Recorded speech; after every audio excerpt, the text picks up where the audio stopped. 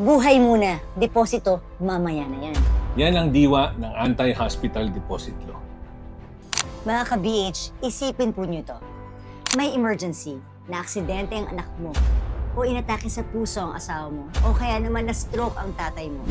Pagdating nyo sa ospital, ano ang dapat unang marinig? Huwag po kayong mag-alala, aasikasuhin po natin ang pasyente. Hindi po yung sasabihin, may deposito ba kayo? At yan mismo ang dahilan kung bakit mayroon tayong Anti-Hospital Deposit Law.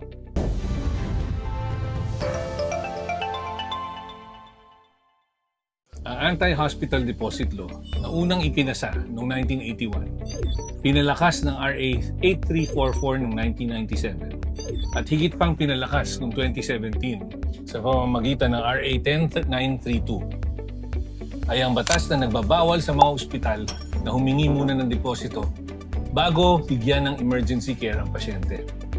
Kapag emergency ang sitwasyon, hindi dapat pera ang unang hadlang sa paggamot.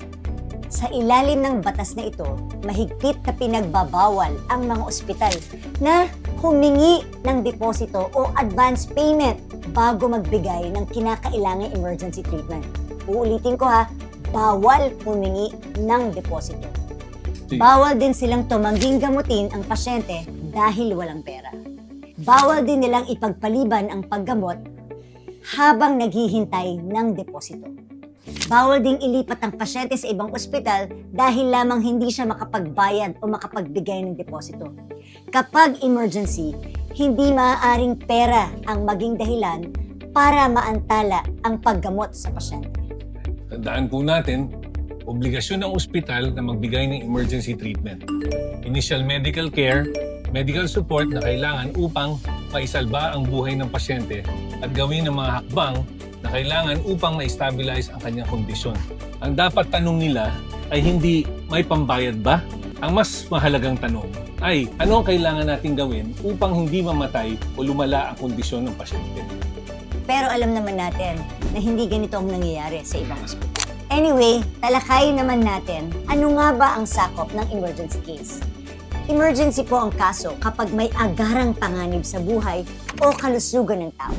Halimbawa rito ay heart attack, stroke, matinding pagdurugo, matinding impeksyon, mga buntis na mga anak na, at iba pang kondisyong maaaring ikamatay o ikalubha ng pasyente kapag hindi ito agad magamot.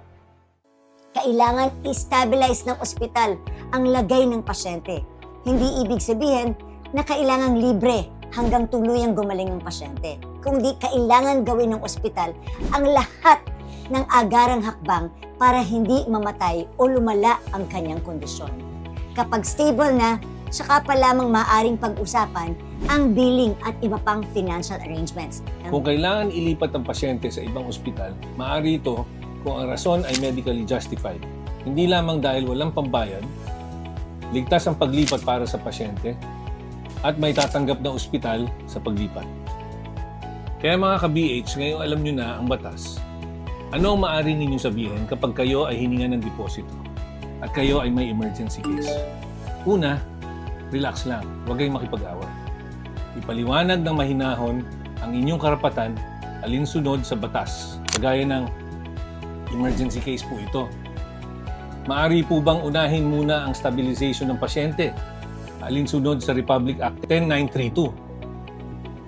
At maaari din yung itanong kung ang inyong kaso ba ay sakop ng Anti-Hospital Deposit Law. Tandaan, kapag emergency, hindi pabor ang hinihingi mo. Karapatan mo ito sa ilalim ng batas. Kaya kung kayo po ay nagkaroon ng karanasan sa isang ospital na lumabag sa batas na ito, ay maaari niyo po silang isumbong sa Department of Health. Dahil ang mga ospital na lalabag sa batas na ito ay maaaring maharap sa multa ng pagkakulong, sanctions at iba pang parusa. Isulat lamang ang pangalan ng mga nakausap, itago ang resibo, text message, mga dokumento, oras at eksaktong pangyayari, pati ang mga records. Makakatulong ito upang matiyak na sa oras ng emergency, walang Pilipinong mapapabayaan dahil lamang wala silang mapakitang pera sa oras na yun. May mga ospital at healthcare workers na sumusunod sa batas araw-araw at dapat silang kilalanin at pasalamatan. Ngunit mahalaga ring alam ng bawat Pilipino ang kanilang mga karapatan. Dahil sa oras ng emergency, ang dapat unang tanong ay hindi, may pambayad ba? Kundi, paano natin maliligtas ang pasyente? Alamin ang inyong karapatan. Huwag matakot magtanong, huwag matakot magsumbong. Ang laman ng wallet natin ang hindi dapat magdikta kung mabubuhay tayo hindi. Kaya kabisaduhin natin ang anti-hospital deposit law. Bawal na bawal pong humingi ng deposito bago asikasuhin ang ating pasyenteng naghihinga. Buhay muna, deposito mamaya na yan. Yan ang diwa ng anti-hospital deposit law.